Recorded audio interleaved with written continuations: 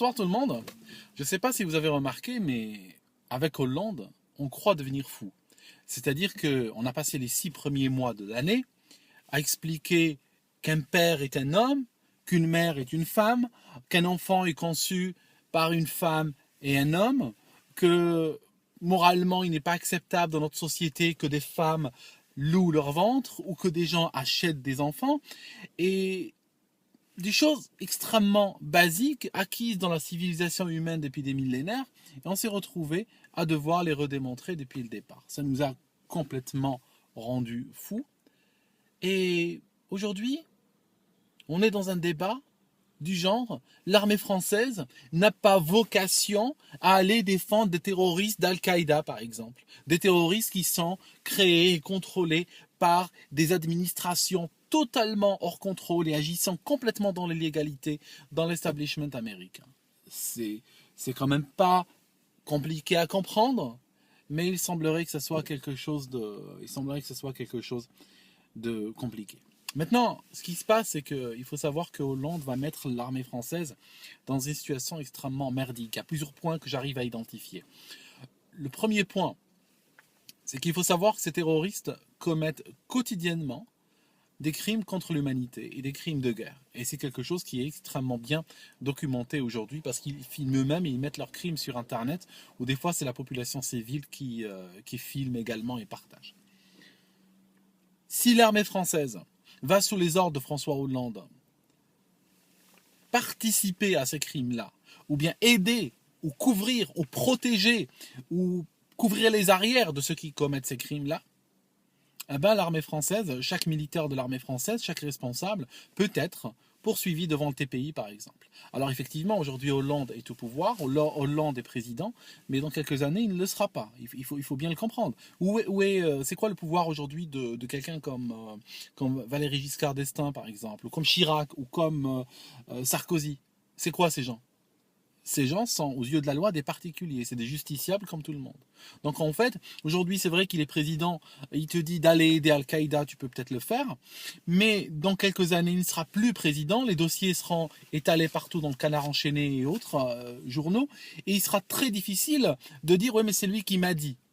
Ça ne va pas tenir, parce que depuis le procès de Nuremberg, il faut savoir qu'aujourd'hui, si un militaire participe à une action terroriste, participe à un crime contre l'humanité par exemple, il ne pourra pas se cacher derrière le fait qu'il était militaire et derrière ses ordres en disant oui mais moi vous savez j'étais militaire, je n'ai fait que suivre les ordres. Ça ne marche plus ça. C'est-à-dire que à partir du moment où un ordre est illégal, eh ben, on ne peut plus se cacher derrière. Ça signifie que autant que tu as l'impression de faire partie de l'armée française, autant en réalité, tu es juste un particulier qui part en t-shirt et qui parle en son nom propre.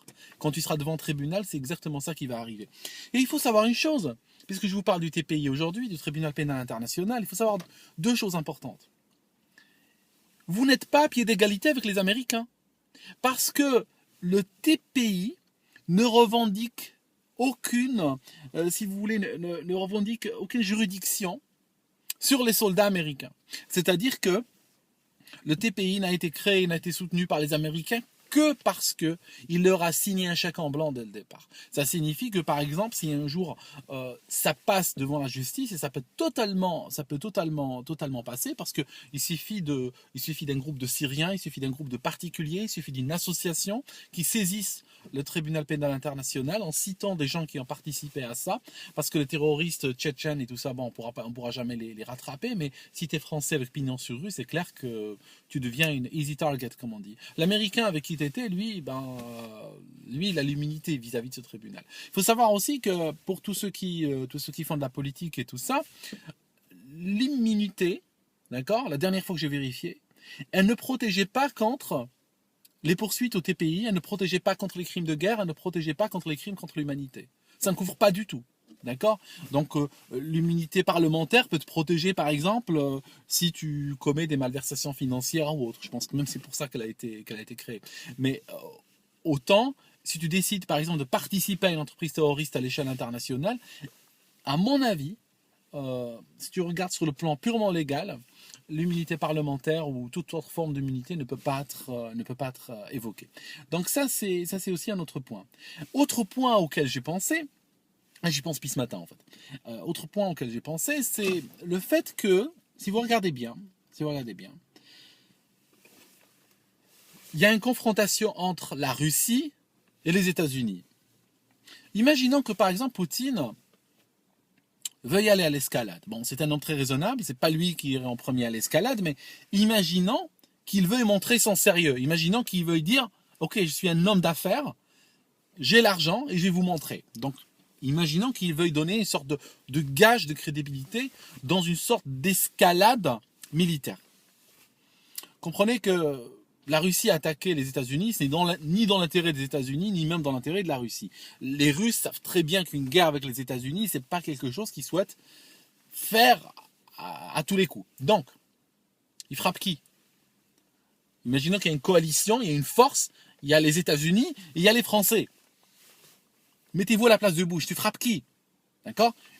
Tu frappes pour montrer tes intentions sérieuses aux États-Unis. Tu frappes qui? Bah, tu frappes le petit caniche qui aboie à côté. Bon, t'allumes les Français, quoi. T'allumes le Charles de Gaulle ou autre.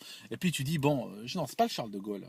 Il est à flot, Charles de Gaulle, c'est lui. Non, c'est le Foch qui a été vendu. Enfin, vous comprenez la problématique. T'allumes un porte-avions français, par exemple, et puis bon, de toute façon, tu sais, qu'est-ce qu'ils vont faire, les Français? Ben, allez déposer plainte, quoi. Allez vous plaindre, hein. D'accord, c'est à la rigueur, ok, on a voulu juste vous effrayer, et puis c'est tombé plein dans le mille. Ça signifie qu'en fait, si vous regardez en termes stratégiques, des soldats français et des soldats américains, même s'ils sont à 500 mètres les uns des autres, le niveau de menace n'est pas le même. Parce qu'en cas d'escalade, il est plus facile de sacrifier des Français que de toucher aux Américains. Donc ça donc, au point de vue légal, ça ne colle pas. Au point de vue même stratégique, militaire, vous allez être utilisé comme de la chair à canon, parce que les Américains, de toute façon, c'est eux qui géreront la campagne. Donc vous imaginez bien où ils vont mettre les soldats français. S'il y a une position qui n'intéresse personne parce qu'elle est merdique ou trop exposée ou autre, ou elle risque de déboucher plus tard sur des suites légales ou autres, c'est qui va prendre, à votre avis? C'est les soldats américains? Non, c'est les soldats français. Donc, je ne vois pas pourquoi un soldat français accepterait de se mettre dans une situation pareille. Et puis le dernier point quand même, il faut savoir que aujourd'hui, M. Manuel Valls l'a dit extrêmement bien, il a dit l'autre jour que la difficulté avec la Syrie est que nous soutenons, enfin nous combattons ce régime ou nous condamnons ce régime. Alors le problème, c'est qu'il faut savoir qu'il y a plein d'aspirants terroristes qui sont recrutés par des mouvements radicaux partout en Europe et en France, qui sont envoyés commettre des exactions en Syrie. Ils apprennent les rudiments des terroristes, ils apprennent comment tuer des gens de sang-froid, ils apprennent comment poser des bombes, etc. Beaucoup ne reviennent pas. Merci Bachar al-Assad. Maintenant, il y en a d'autres qui reviennent. L'armée française va aujourd'hui protéger ces terroristes au passeport européen. Ils vont les protéger, ils vont augmenter leur temps de demi-vie de manière complètement artificielle. Et ce qui se passe, c'est qu'il y a le risque que ces gens-là reviennent plus massivement en Europe que si on avait laissé les choses aller à leur cours. Ça va aussi renforcer les recruteurs en Occident, c'est-à-dire qu'aujourd'hui, j'imagine, dans les mouvements radicaux en Europe, il devient très facile de recruter des gens. Ça signifie quelqu'un qui hésitait, quelqu'un qui avait le marché entre les mains, mais qui avait une forme d'hésitation, on lui dit, ben, regarde, avec la bénédiction d'Allah, il y a même aujourd'hui ces sales porcs de mécréants qui ont été aveuglés et qui vont nous aider donc à établir un califat islamique en Syrie. Voilà un peu le discours. Hein. Je suis désolé, la formule est un peu dure, mais je cite. Hein. Connaissant la mentalité de ces gens, je les cite. Donc, ce qui va se passer, c'est que le recrutement ici en Europe va se multiplier par 10 parce que ça va être beaucoup plus facile maintenant. Effectivement, on a une forme d'assentiment des pouvoirs publics, une forme d'assentiment explicite parce qu'ils envoient quand même leur armée aider les mouvements radicaux et les mouvements terroristes. Donc effectivement, les autorités, qu'est-ce qu'ils vont faire? Ah ben, fermer les yeux. Tu vas faire quoi? D'un côté, l'État envoie l'armée combattre avec les terroristes, et puis tu veux qu'il fasse quoi, la DST et d'autres, et les autres qui surveillent, ces réseaux-là? Tu veux qu'ils fassent quoi s'ils savent qu'il y a un groupe de djihadistes en partance pour la Syrie? Ils vont pas les arrêter. Ou s'ils savent qu'ils reviennent de la Syrie, ah ben, il faut leur donner des médailles. Il faut leur donner des médailles, ces gens, maintenant. D'accord?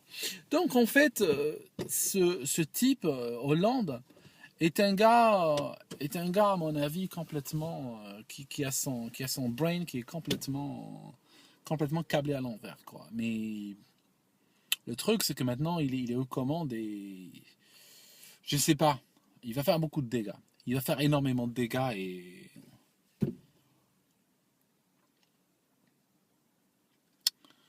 il faut trouver le moyen de voter autrement aux prochaines élections. Alors, ça me ferait de la peine de le voir faire un deuxième mandat. Enfin, s'il y a des prochaines élections, s'il n'y a pas la troisième guerre mondiale d'ici là, quoi.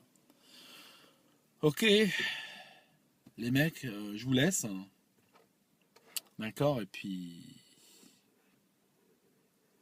il va falloir réfléchir à créer une association pour traîner un certain nombre de salopards devant le TPI.